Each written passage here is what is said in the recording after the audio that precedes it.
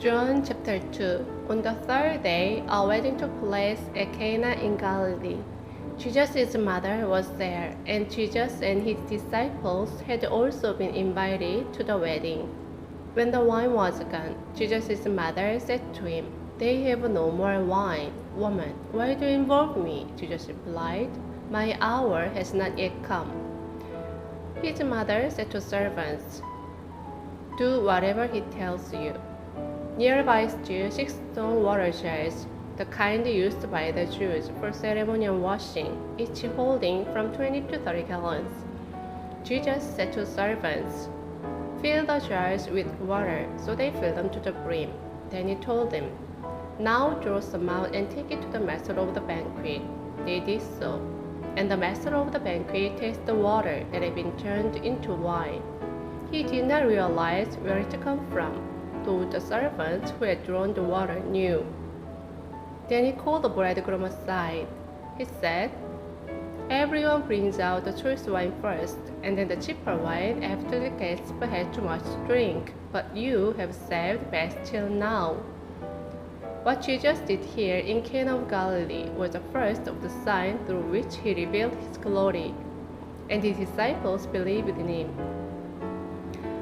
After this, he went down to Capernaum with his mother and brothers and his disciples. There they stayed for a few days. When it was almost time for the Jewish Passover, Jesus went up to Jerusalem. In the temple courts, he found people selling cattle, sheep, and doves, and others sitting at tables exchanging money. So he made a whip out of coals and drove all from the temple courts, both sheep and cattle. He scattered the coins of the money changers and overturned their tables. To those who sold doves, he said, "Get these out of here. Stop turning my Father's house into a market." His disciples remembered that it is written, "Zeal for your house will consume me." The Jews then responded to him, "What sign can you show us to prove your authority to do all this?" Jesus answered them, "Destroy this temple, and I will raise it again in 3 days."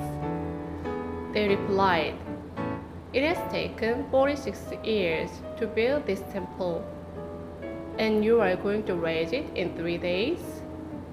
But the temple he had spoken of was his body.